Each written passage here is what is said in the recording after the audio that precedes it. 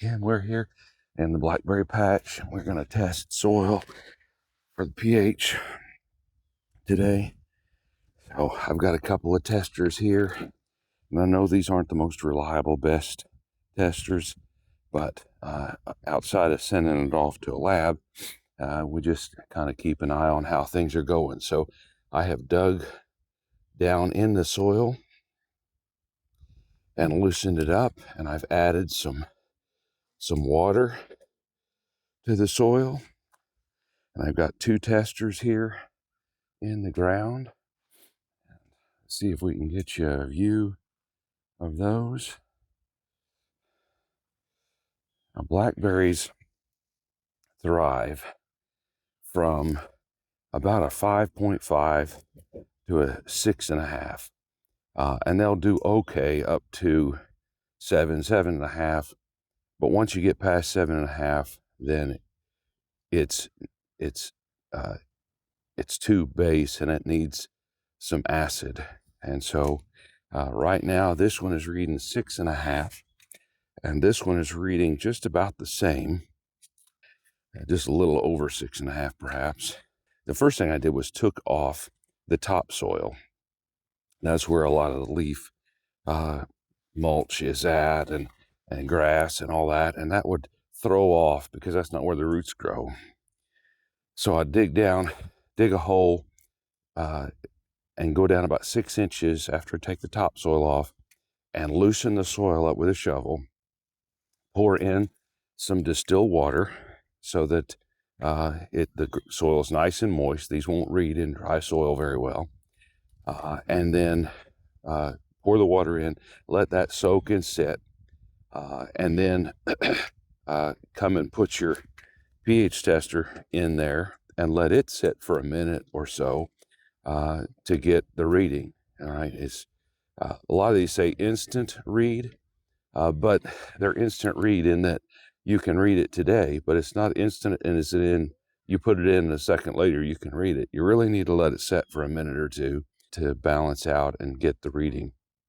So we can see that this rapid tester is reading, the digital one's reading about 6.6, and the other one also says a rapid tester from Luster Leaf is reading about the same, 6.6.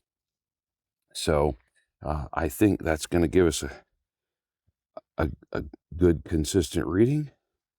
That is a good idea. So I'm going to move to a second hole because we have 9 50-foot rows of berry here.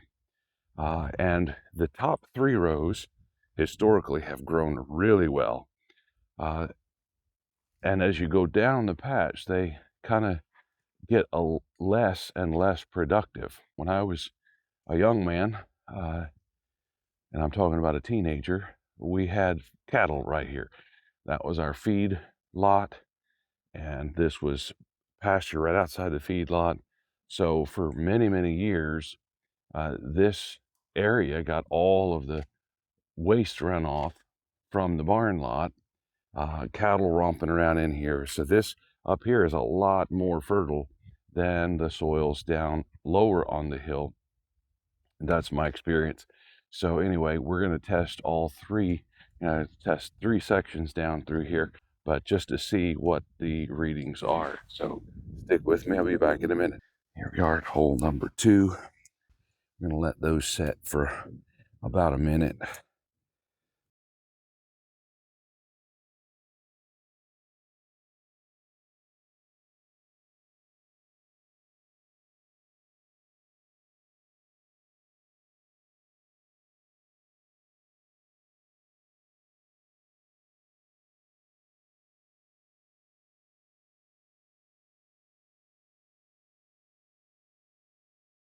This whole patch could use a little more acidity, and 6.4, 6.5, 6.3. So we're probably going to amend the soil with an acidic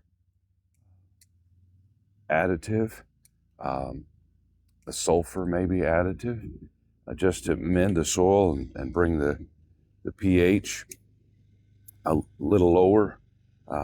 And the pH isn't something you can lower instantly. It's something that has to be lowered slowly.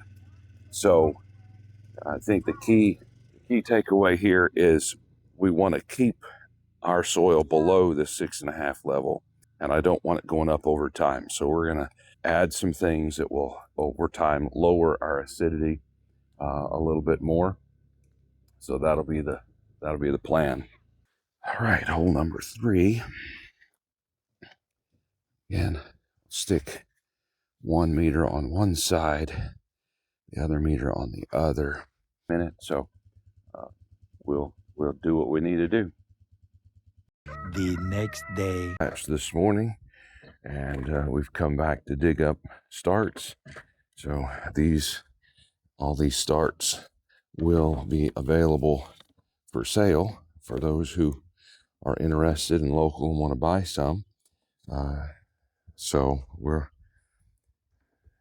we brought a wagon load of dirt that we've composted from our horses and cows that we're filling the holes back in. And this mulch dirt compost that we have made, the pH is not quite what we want for blackberries, but it's more neutral. So it's not going to hurt, but it's not going to help us. It's about a 7 on the pH scale, where our blackberries really want to be below 6.5. So it's a little on the wrong side of it, but we want to fill these holes in because we're going to put new landscape fabric down through here.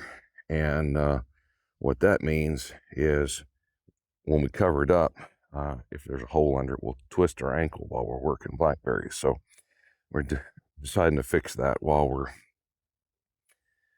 in the process here. So they're going down through and digging up any starts that are out in the grass, digging up any starts that are right along the edge of the existing fabric, because we're going to leave that. We're just going to second layer it, and that'll kind of help, I think, prevent stuff from going up. These blackberries tend to push out underneath and come up from the roots and try to push through the fabric. And sometimes they're successful. We have a hole there and here, and then wherever there's a stake or a pin, they tend to pull up through those. So we're going to try to prevent that a little bit with just putting a second layer down and leaving this existing. And then hopefully we can get it a little bit closer to where the crowns are at. Some of them are growing a little further out toward the fabric from the center line that we wanted. But we're going to try to keep everything a little closer to the center where the T-posts are at. So that's the plan. We had good progress yesterday. I think they're working on the last 2 rows that needed to be trimmed and thinned, hauling off the trash, and we're going to try to get that burnt today so that we don't have more bugs in our patch. So we'll check in back with you in a little while, and hopefully we'll get a lot closer to done today, and then I can focus on my trellis work, getting the wires and the boards replaced, and any old rusty wires replaced, and getting everything tied up. Then will be the next step. So talk to you soon.